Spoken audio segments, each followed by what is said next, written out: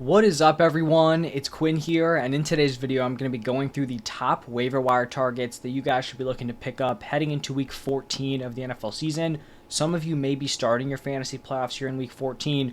Maybe you have 1 or 2 weeks left before the actual fantasy playoffs, but a great time to go out, really kind of finalize your roster heading into those playoff weeks, get some guys in must-win spots, or potentially get some guys with some upside, that you may be able to use in a couple of weeks. These are going to be players who are rostered in 40% or fewer leagues using the ESPN waiver wire, and we're going to be talking about every single position. So we're going to start it off with the running backs, and I think there's a few guys that you could consider like the top pickup option. I'm going to start off with Keaton Mitchell here, rostered in 31% of leagues, and he's just someone here who doesn't really need an injury to be super fantasy relevant. So the Ravens had a bye here in week 13, but in week 12, Keaton Mitchell actually led the Ravens running backs across the board in snaps, routes run, carries, and targets. I think coming off the bye, this is a spot where a rookie running back could kind of take that next step in terms of usage, take an even larger chunk of this backfield. He showcased he has that huge big playability, and I think if he can start to filter in on the goal line, not even coming in and like taking over the goal line work, just kind of filter in, something we've seen Jahmyr Gibbs do over the last few weeks with him and Montgomery on the field. If he just filters in, I think he can be a really nice fantasy option the rest of the season. And like I mentioned, it's not like he needs an injury ahead of him to actually be super fantasy relevant. So then the next two guys here, Tajay Spears and Ezekiel Elliott. Now, these guys are going to depend on the injuries ahead of them, but at worst, I still think they're nice handcuff options. So I want to start off with Tajay Spears, rostered in 32% of leagues. We saw Derrick Henry leave with a head injury, so it's possible he misses the Week 14 game with a concussion. We saw Tajay Spears carry the ball 16 times for 75 yards. He was also targeted 6 times. Tajay Spears has been impressive in a somewhat limited workload this season, but he has consistently been involved week to week. There's a decent sample size there. The Titans clearly like him, and I would even go as far to say that I think Tajay Spears with Derrick Henry out is better than Derrick Henry when he's healthy. I just think fantasy-wise, Tajay Spears has a lot of receiving upside, and he doesn't have that Tajay Spears behind him potentially taking away opportunities. So if Derrick Henry may not play in Week 14, Tajay Spears is definitely an interesting option. And then the other running back who's potentially benefiting from an injury would be Ezekiel Elliott, rostered in 34.1% of leagues. And we saw Ramondre Stevenson leave with an ankle injury. And the Patriots have a pretty quick turnaround here on Thursday Night Football. So it seems like, Ramondre coming back could be a little bit of a stretch considering he wasn't able to return to the Week 13 game. So I do think Zeke could be lined up to be the running back one for that one. After Ramondre left, Zeke was the only other running back who took a snap, saw 17 carries, 5 targets. So the workload's going to be solid. Obviously, the offense is just completely terrible, but with that type of usage, you're still going to be fantasy relevant, even on a really bad offense. And then at this point, we're just kind of getting into the true handcuff options, but still guys that are very important, right? Because these guys, Kenneth Gainwell, Elijah Mitchell, 1 week they go from unplayable, their starter gets injured, they could end up being a top 12 running back week to week and could help you win those playoff matchups. So starting off with Kenneth Gainwell here, rostered in 14.1% of leagues. He has been the DeAndre Swift handcuff, but we actually saw DeAndre Swift take a pretty big hit in the fourth quarter, and he did not return to the game. Now, the game was pretty much out of reach at that point, so it's possible they were just playing it safe with Swift, but another spot here where Swift has to miss some time, Kenneth Gainwell becomes very, very interesting for fantasy. And then Elijah Mitchell, CMC has been a monster this season. He's also stayed very, very healthy, but if he were to go down, Elijah Mitchell instantly becomes a running back 2 at worst. Then we're going to have Ty Chandler, rostered in 28% of leagues. He's kind of come in, worked behind Alexander Mattison ever since Cam Akers went down for the season. And just looking at this backfield, Madison hasn't been overly impressive, and there have at least been, some questions, some discussions about Ty Chandler potentially taking over this backfield, taking more work. I do think that if a flip were to happen in this backfield, after the bye week, which is what we have here in Week 13, would probably be the most likely time. And then even if a flip doesn't happen in Week 14, at worst, he's still Madison's handcuff, so he still has some sort of value. Even if he doesn't take that jump in usage. Some more handcuffs, Rico Dowdle, rostered in just under 10% of leagues, the Tony Pollard handcuff. Cowboys offense really coming around. If Pollard were to go down, Dowdle would be super valuable. Latavius Murray, rostered in 13.6% of leagues, James Cook handcuff. Dearness Johnson, rostered in 4.5% of leagues.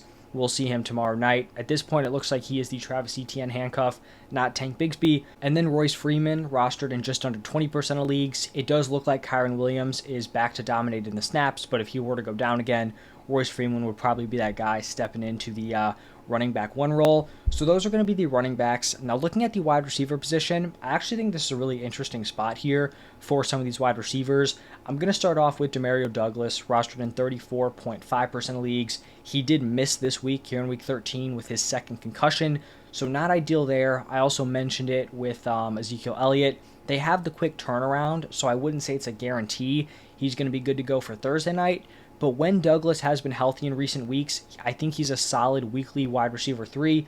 He's been targeted 7 or more times in each of the last 4 games, and he's scored 10 or more PPR points in 4 of the last 5. So he has emerged as this Patriots wide receiver 1.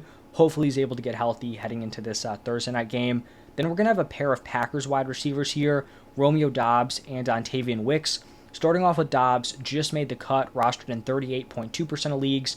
I think he can become a very viable weekly play if Christian Watson misses time. We saw him go down with a hamstring injury. He has struggled to stay healthy, and the fact that he keeps re-aggravating the hamstring, he may not be back ready to go in week 14. Doubs is coming off his best yardage game since week 4. This Packers offense has looked really impressive over the last few weeks. Jordan Love playing really well. Doubs has 11 or more PPR points in 3 of his last 4 games, and then 11 plus PPR points in 5 of his last 7. So I think if Watson does miss time, Doubs will very likely lead this team in routes run and will just get that wide receiver workload moving forward and would become like a nice wide receiver 3 play week to week.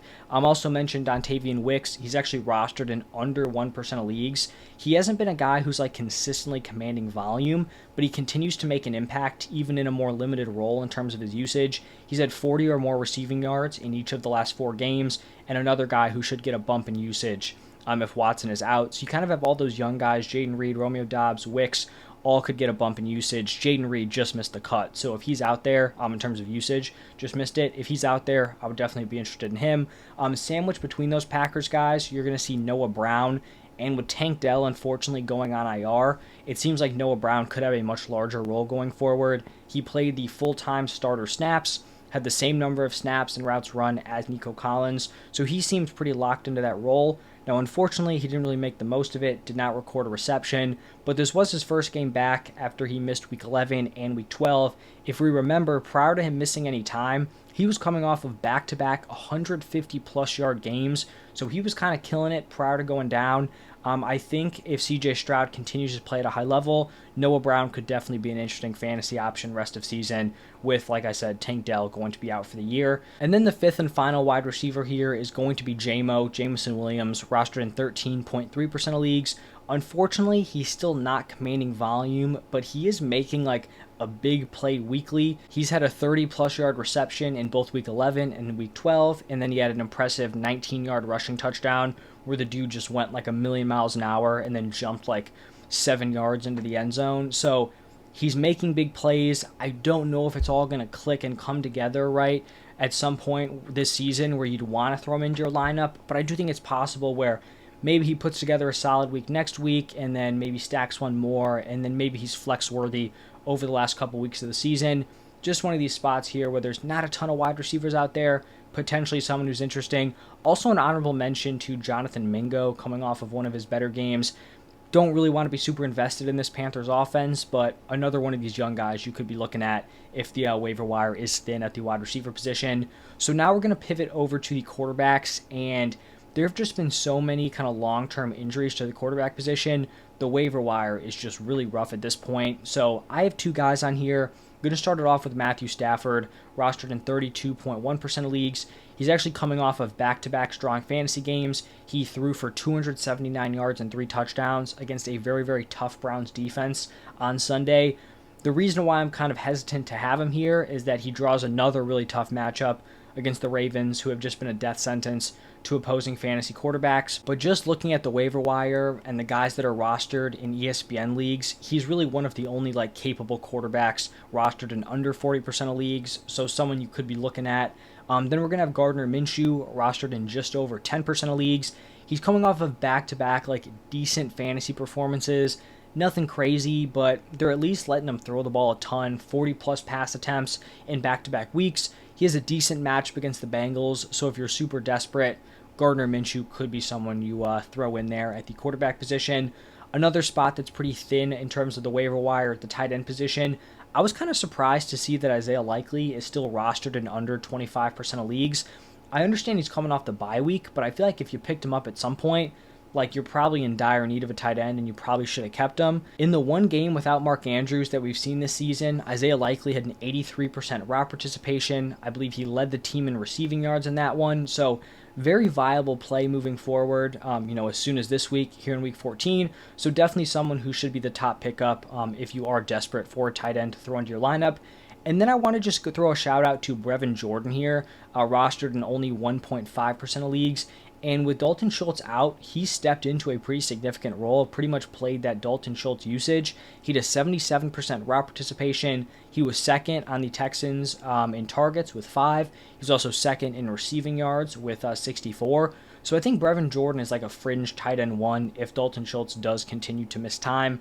So those are going to be the 2 tight ends. And then I think we actually have some pretty interesting streaming options here at the defensive position. So going to start off with the Colts, rostered in 25.7% of leagues. They go up against the Bengals. Obviously, with no Joe Burrow, this Bengals offense is pretty rough. So I think the Colts are interesting. The Packers, coming off a really impressive game against the Chiefs, rostered in just under 25% of leagues. They go up against the Giants. Also a very rough offensive situation there. The Texans rostered in 13.7% of leagues, going up against the Jets. Jets are arguably the worst offense in the league at this point. It is not pretty. Then we have the Vikings rostered in 30.8% of leagues. Defense, just in general, has looked much better as of late, and they're going up against the Raiders, led by Aiden O'Connell. Love that matchup. And then we have the Patriots on Thursday Night Football, rostered in 33.1% of leagues. The defense has been crazy impressive over the last 3 weeks. They're going up against the Steelers, which is a nice matchup. Like, the team as a whole has been terrible, but the defense really hasn't been that bad. So I really like the streaming options we have here at the defense position. And that's going to wrap it up for this video. All the top waiver wire targets. Hopefully you guys enjoyed, stayed till the end. If you did, smash that like button, subscribe to the channel. Thank you all for stopping by, and I will see you in the next one.